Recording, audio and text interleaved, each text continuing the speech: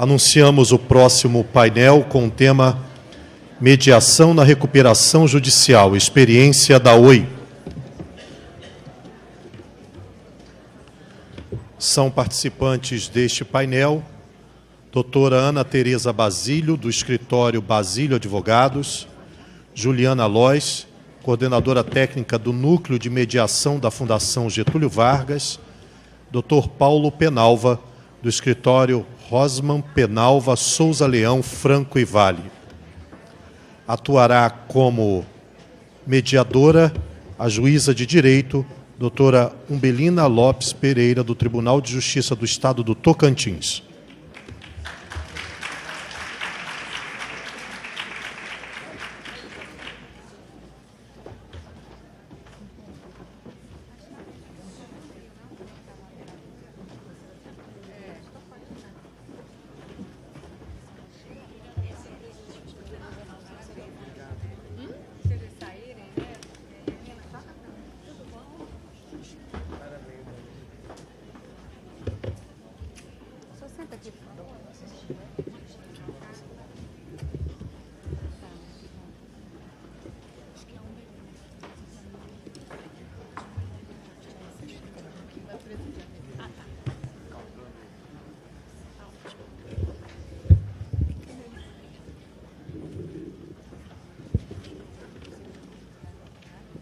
Posso controlação por muito tempo? É melhor para a Melina, se puder.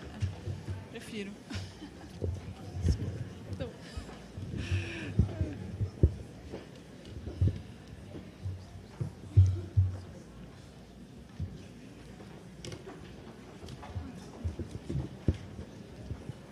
Boa tarde a todos. Quero cumprimentar inicialmente o presidente do FONAMEC, e desembargador César Cury, e agradecer pela acolhida que estamos tendo aqui no Rio de Janeiro, pela excelência no evento, né? Realmente nós que trabalhamos com a política judiciária de tratamento adequado de conflitos estamos sendo revigorados, reabastecidos aqui, né? Nós que somos convertidos, que acreditamos nessa forma de acesso à justiça, mais do que acesso à prestação jurisdicional, né? Contemplando diversas formas, métodos de soluções adequadas de conflitos, né? É um prazer estar fazendo parte aqui dessa mesa como moderadora, porque tenho a oportunidade aqui de reencontrar uma grande amiga, a doutora Juliana Lois. Eu sou do Tocantins, sou juíza lá naquele estado, e a doutora Juliana tem sido uma colaboradora no desenvolvimento dessa política pública lá.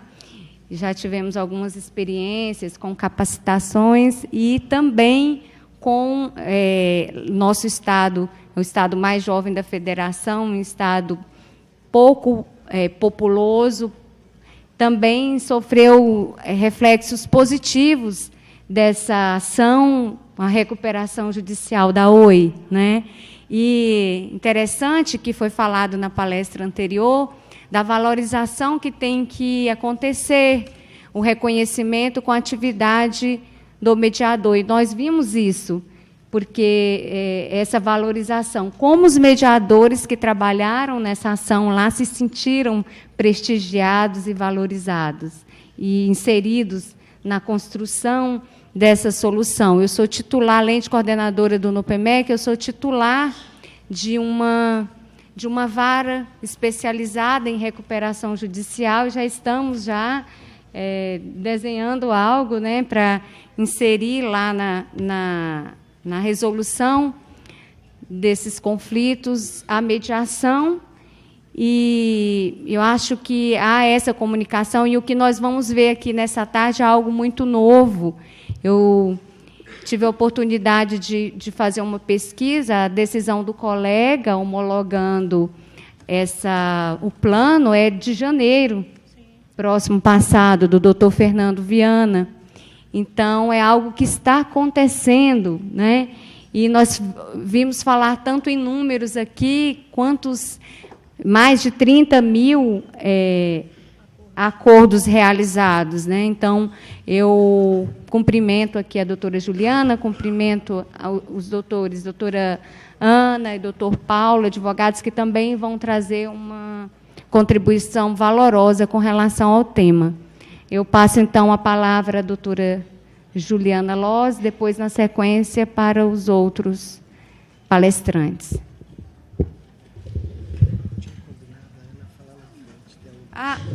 Houve... sim. Tá. Eu gostaria só de fazer uma proposta, doutora Umbelina. Como a gente havia combinado, a gente fez uma pequena reunião entre nós antes. Eu acho que o professor Paulo e a doutora Ana vão trazer, eu acho que uma visão geral, se a gente pudesse inverter, mas ótimo. Só se for já possível. Houve um consenso prévio, né? Fica... Ótimo, fica à vontade. Só se for possível. Perfeito.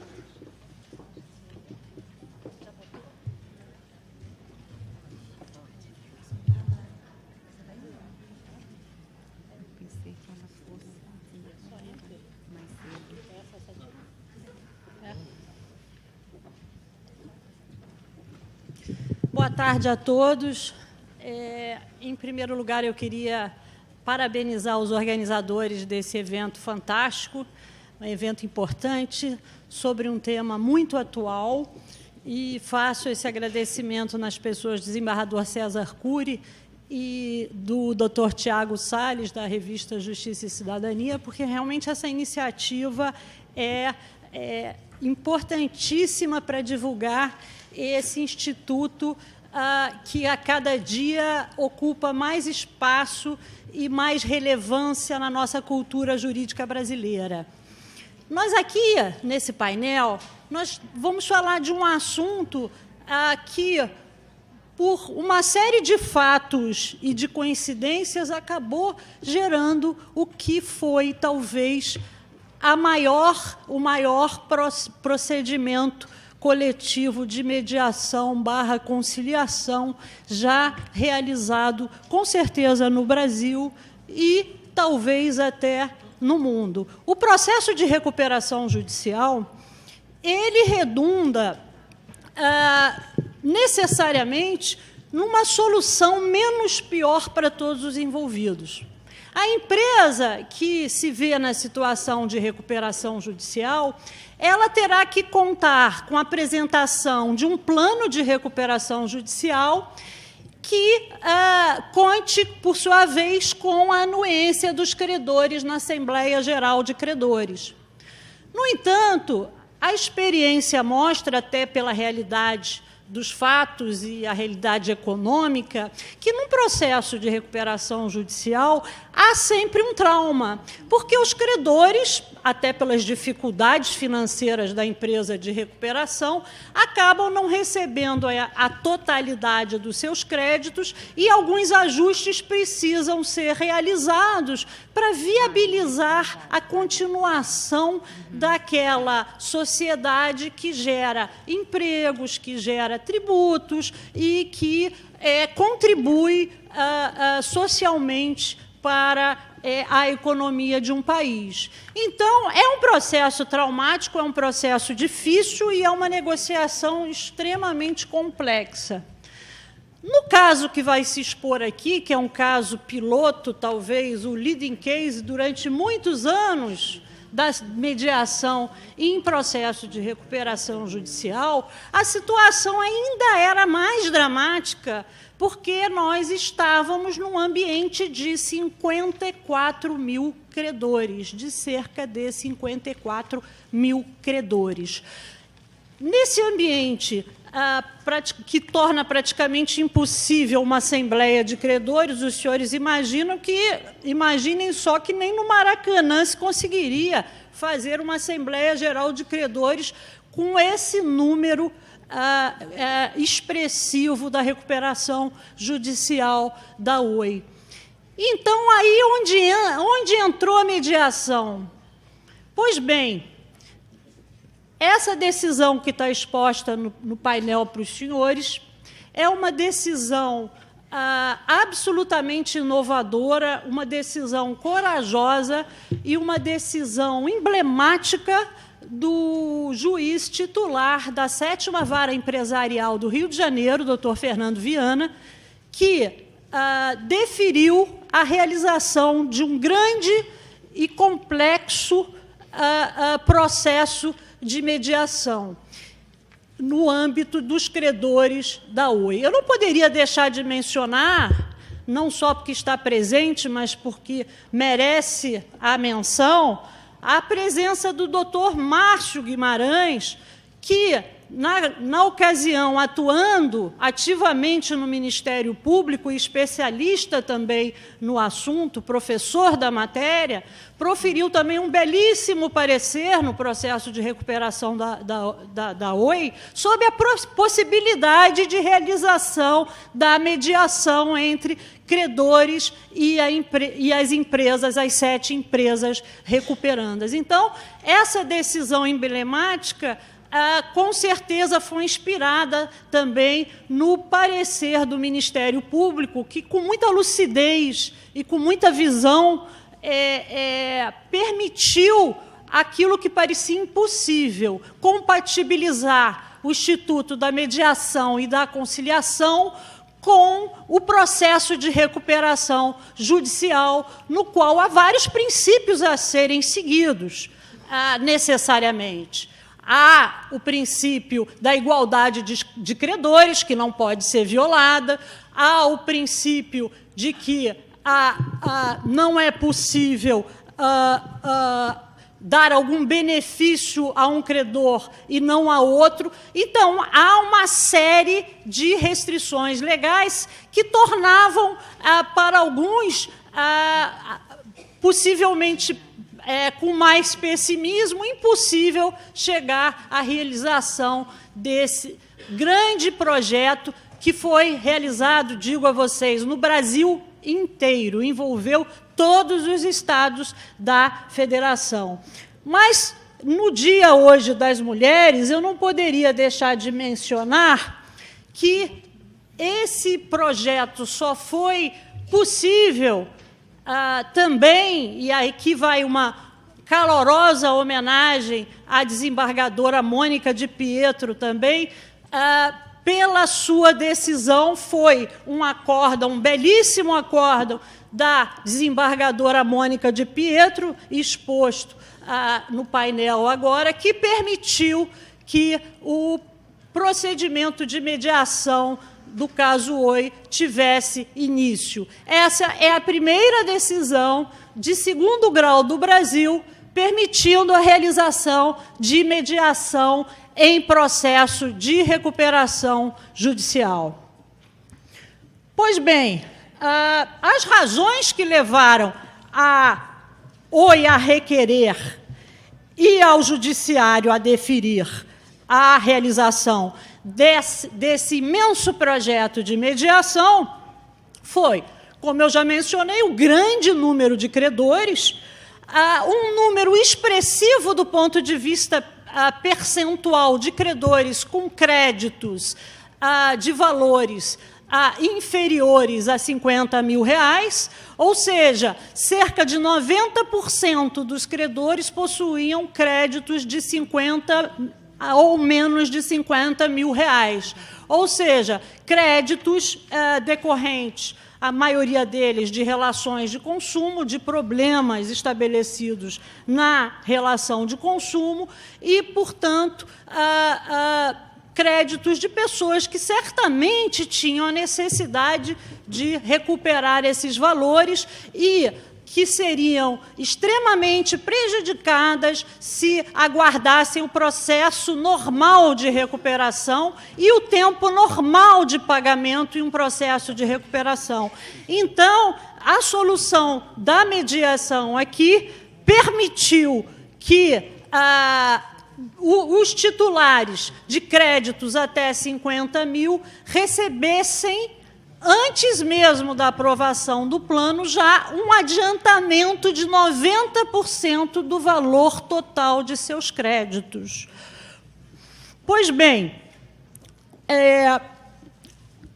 A mediação foi feita com auxílio, evidentemente, de uma imensa equipe e sob a supervisão do NUPEMEC, aqui do Tribunal de Justiça do Rio de Janeiro. A Fundação Getúlio Vargas, através do seu setor de projetos, foi fundamental para a execução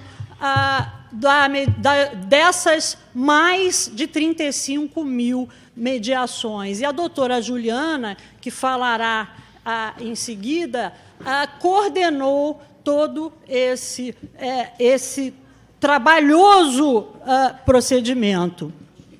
Foi iniciado o procedimento em 23 de junho de 2017. O procedimento teve que se paralisar durante algum tempo por força de decisão judicial, mas, proferida a decisão que prevaleceu da 8ª Câmara do Tribunal de Justiça do Rio de Janeiro, relatora a desembargadora Mônica de Pietro, o procedimento teve curso. Ele começou com o cadastramento e foi seguindo essas fases que eu expus aqui no quadro e chegou ao fim em 6 de dezembro do mesmo ano. Então, nós estamos falando de cerca de 36 mil acordos de mediação realizados aqui no Brasil em cerca de 6 meses. O ministro Salomão, hoje de manhã, ele mencionou um evento recente que eu tive a oportunidade de participar também, em Washington, em que o tema da solução adequada de litígios também foi debatido. E nós fomos, o grupo brasileiro e os magistrados brasileiros, nós fomos visitar uma Câmara de Mediação em Washington. Foi uma visita muito interessante, é uma Câmara de Mediação e conciliação dentro dessa estratégia da justiça multiportas, e ouvimos lá uma palestra expondo os trabalhos que eles têm realizado.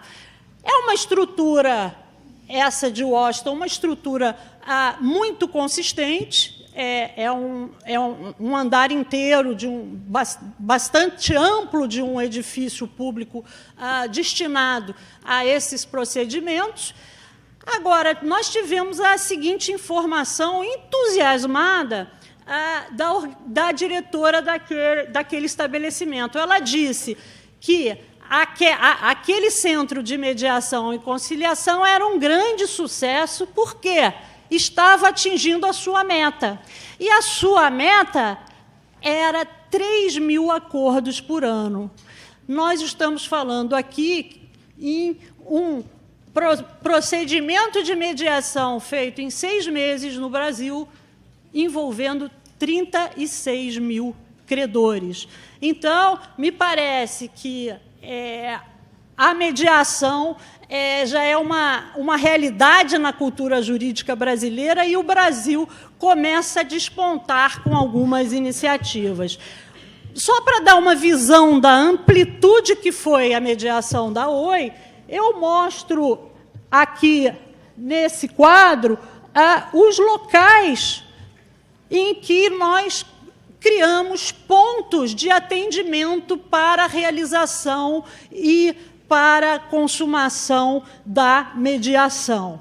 Aqui eu exponho as fotos, os senhores podem ver a quantidade de pessoas sendo atendidas no Rio de Janeiro, em Varginha, em Minas, em Manaus, no Amazonas, em Vitória, em Petrópolis, Cuiabá, São Luís, Salvador, Belo Horizonte, Volta Redonda, Pelotas,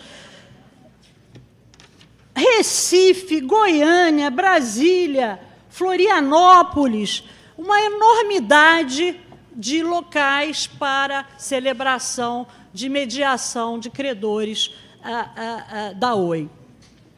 Pois bem, nesse processo nós tivemos 35.105 credores cadastrados no sistema para se habilitarem a participar dos procedimentos E o total de acordos no Brasil, porque nós fizemos, foi um projeto de mediação internacional, porque havia credores também na Europa, em Portugal.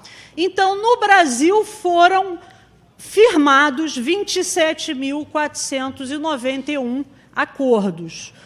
Ou seja, aqueles credores que não acharam interessante a celebração de acordo com as limitações impostas pela lei de recuperação, não firmaram, mas o número foi bastante expressivo, de 27 mil. E podemos dizer que, em média, conforme mostra esse gráfico, foram firmados cerca de 1.000 acordos por dia no Brasil. Nesse quadro seguinte, nós damos notícia de 6.000 mediações realizadas em Portugal com credores da Oi. Essa situação, 6.000 para o Brasil, parece um número realmente inexpressivo, mas em Portugal os senhores não têm ideia da procura que houve para a tentativa de acordo através do procedimento de mediação. Chegou-se a publicar nas primeiras páginas dos jornais portugueses um pedido público de prorrogação dos acordos realizados, o que foi atendido, foi autorizado pelo juízo da recuperação e foi estendido em Portugal. Tamanha era a pressão popular para que se conseguisse abranger o maior número de pessoas nesse procedimento. E aí, então, foram firmados em Portugal 6.000 acordos. Evidentemente, e aqui eu mostro no Rio de Janeiro os pontos, porque não era um local por estado. Os senhores podem ver nesse mapa do Rio de Janeiro a quantidade de pontos em que foram disponibilizados para a realização da mediação. O quadro seguinte é do estado do Pará, o quadro posterior é de Minas Gerais, mostrando os locais onde houve acordo. A Bahia também, nós tínhamos 5 pontos de realização de mediação na Bahia. Esse programa foi objeto de várias matérias jornalísticas, a imprensa fez uma ampla cobertura. Nessa exposição, eu estou demonstrando aqui como foi noticiado, como foi relevante esse procedimento e como impactou, e ainda mais no momento de crise financeira, principalmente aqui no estado do Rio de Janeiro. Através desses adiantamentos foram pagos cerca de 250 milhões a título de pagamento de credores, sendo que o pagamento máximo era de R$50 mil, e o que foi pago foi no percentual de 90% do crédito de cada credor. Então, só restou 10% para esse credor receber na forma do plano, como é regular, como era até então, para 100% do crédito nos processos de recuperação judicial. Então, esse paradigma, que é o caso Oi, vem para inspirar a consolidação da cultura da mediação, inclusive quando há restrições legais para a celebração de transações, como é o caso de um processo de recuperação judicial. Ou seja, numa situação em que há restrições legais, é possível, e com êxito, realizar a mediação. O projeto teve tanta repercussão que, com muita justiça, o CNJ premiou o juiz responsável por ele, doutor Fernando Viana. Ele foi recentemente a Brasília receber um prêmio do CNJ em razão das mediações realizadas no âmbito da Oi. Então, vejam os senhores, esse instituto, que, na verdade, é um universo de possibilidades, é um instituto que precisa cada vez mais ser incentivado. A atividade do árbitro ou do mediador precisa ser adequadamente remunerada, sim. A carreira do mediador e a função do mediador é de grande interesse público e, portanto, ele precisa ter uma remuneração adequada para poder desempenhar o seu papel e precisa ter uma estrutura e um apoio governamental para que seja cada vez mais incrementada essa atividade. E para finalizar, eu não deixaria de fazer o registro aqui que há uma imensa resistência ainda do poder público federal com relação à mediação em assuntos envolvendo entidades públicas federais, autarquias, empresas públicas. Para os senhores terem ideia, nesse caso, o Oi tentou-se fazer uma mediação entre a Oi e a Anatel, a maior credora da Oi. Mas, embora a lei de mediação, esse marco jurídico que nós tivemos no Brasil, faça a previsão expressa da possibilidade do poder público, sim, participar do processo de mediação, as procuradorias federais e a AGU ainda têm um entendimento que faltaria uma autorização legal expressa quando a lei de mediação já concede expressamente essa autorização. Esse é um espaço que precisa também ser alcançado. Como se disse aqui no painel anterior, o maior litigante do Brasil é o poder público. São 51% de todas as demandas no Brasil. Então, não há, se temos uma previsão expressa da lei de mediação com relação à mediação com o poder público, é inaceitável que ainda haja esse tipo de resistência à mediação em casos envolvendo entidades públicas, notadamente federal, porque os estados têm sido mais flexíveis a esse instituto.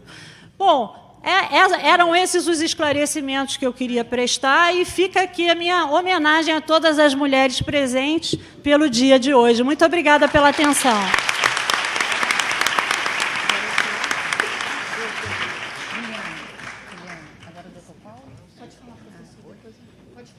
Então, agradeço a doutora